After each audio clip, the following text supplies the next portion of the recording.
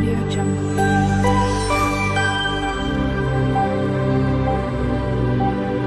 Audio Jungle. Hello everyone, જય શ્રી કૃષ્ણ.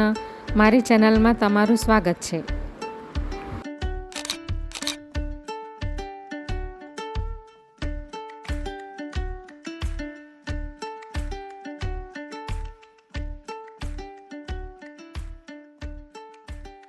આજે હું દૂધીના હલવાની રેસીપી શેર કરવાની છું. તો એના માટે મેં આ 600 ગ્રામ દૂધી લઈ લીધી છે. આવી દૂધી લેવાની છે, કુમળી, બિયાવાળી નથી લેવાની. અને અગર જો બિયાવાળી હોય તો એના બિયા બધા કાઢી નાખવાના, એટલે વચ્ચેનો ભાગ બધો કાઢી લેવાનો અને આજુબાજુનું બધું છીણી લેવાનું. આપણે એને છોલી કાઢીએ.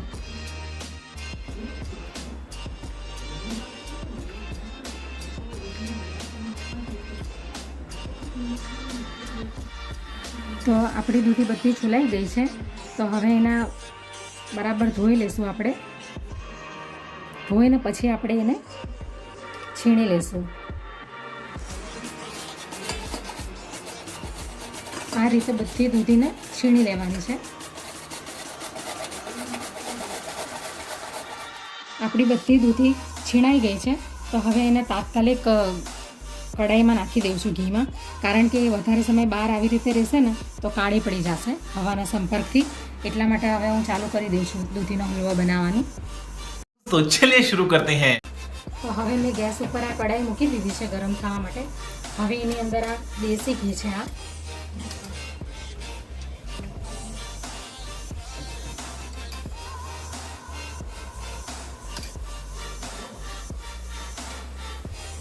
4 ચમચી જેટલું મેં ઘી લઈ લીધું છે.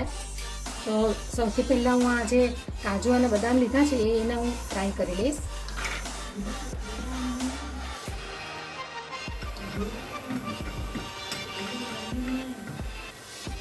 કાજુ અને બદામ બરાબર ફ્રાય થઈ ગયા છે. હવે હું એને એક ડીશમાં કાઢી દઈશ. હવે આ 1.5 ચમચી જેટલી આ સૂકી દ્રાક્ષ છે એને પણ હું ફ્રાય કરી લઈશ.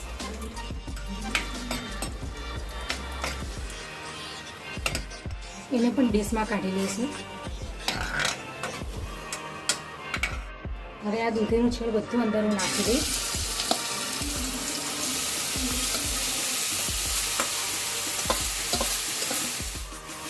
એને બરાબર ઘીની અંદર બરાબર એને સાંકળી લઈશું. થોડો એનો કલર ચેન્જ થાય પછી બધી બાકીની વસ્તુ નાખીશ અંદર. દૂધીનું છીણ હવે થોડુંક ઘીમાં સતળાઈ ગયું છે.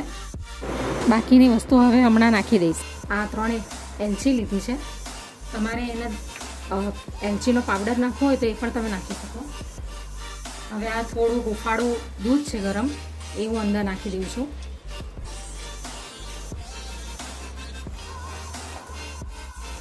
હવે આ અડધી વાટકી જેટલી ઘરની મલાઈ છે એ પણ હું અંદર નાખી દઉં છું. હવે એને બરાબર મિક્સ કરી લઉં છું હું. હવે આ જે લિક્વિડ જેવું દેખાય છે જ્યાં સુધી બધું બળી નહીં જાય ત્યાં સુધી એને ગેસ પર ચડવા દઈશું. થોડોક ગેસ આપણે મીડિયમ ફ્લેમ પર કરી દઈશું.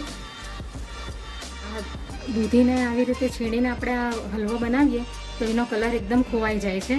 તો એટલા માટે થઈને આ થોડોક અંદર ગ્રીન ફૂડ કલર છે, આ ચપટી જેટલો. તમારે નાખવો હોય તો નાખવાનો, નકર સ્કીપ કરી દેવાનો. તો ઘણા ખરા આ ફૂડ કલરનો ઉપયોગ કરે જ છે એના કલર માટે, સારા કલર માટે. હવે આ ખાંડ અંદર નાખી દઈએ. તમે તમારા ટેસ્ટ અકોર્ડિંગ તમે નાખી શકો. તમને જેટલું સ્વીટ જોઈએ એ પ્રમાણે તમે અંદર ખાંડ એડ કરી શકો. અને આ રક્ષાબંધન વખતે જે આ પેંડા બચી ગયા હતા એ પણ એનો ઉપયોગ આવી રીતે કરી લઉં છું. એટલે માવો નાખવાની કાંઈ જરૂર નથી. આ પેંડાના ફોર્મમાં માવો અંદર આવી જશે.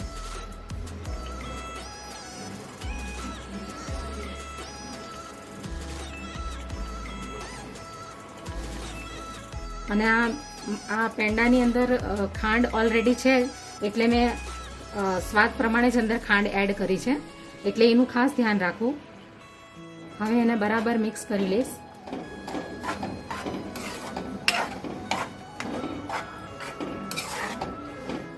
હજી થોડું એની અંદર મોઇશ્ચર હજી છે એટલે હજી હું એને 5 મિનિટ ફાસ્ટ ગેસ પર રવા દેસેલા.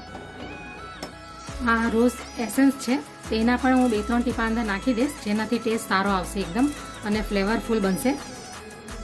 3 ટીપા અંદર મેં એડ કરી દીધા. હવે એને મિક્સ કરી લઈએ.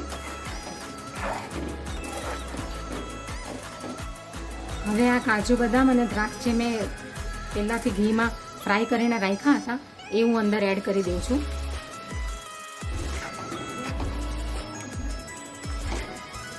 હજી અંદર લિક્વિડ વધારે છે.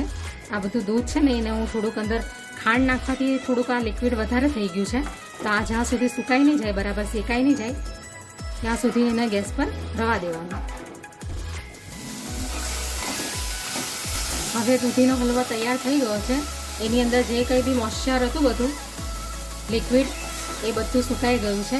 આ ટાઈપનો થયો છે. હજી 1 મિનિટ સુધી હું એને શેકાવા દઈશ, પછી ગેસ બંધ કરી દઈશ. હવે દૂધીનો હલવો રેડી થઈ ગયો છે. હવે હું એને ગેસ બંધ કરી દઉં છું. હવે એને પ્લેટમાં સર્વ કરી લઈએ. તમારે એને ડીશની અંદર ઘીને ગ્રીસ કરીને લગાવીને એને પીસમાં કટિંગ કરવા હોય તો એ બી તમે કરી શકો. હવે એને હું આ ગાર્નિશિંગ કરી લેવાનાથી કાજુ બદામ અને આ દ્રાક્ષને આ એક પેંડો બચાવીને રાખ્યો છે એનાથી હું એને ગાર્નિશ કરી લઈ.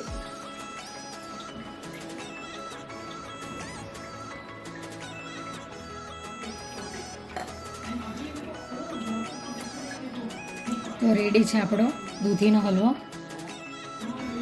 તમે એને ગરમા ગરમ પણ ખાઈ શકો અને ફ્રીજમાં ઠંડો કરીને પણ ખાઈ શકો અને ડીશની અંદર પાથરીને એના પીસ કરીને પણ તમે એને ખાઈ શકો.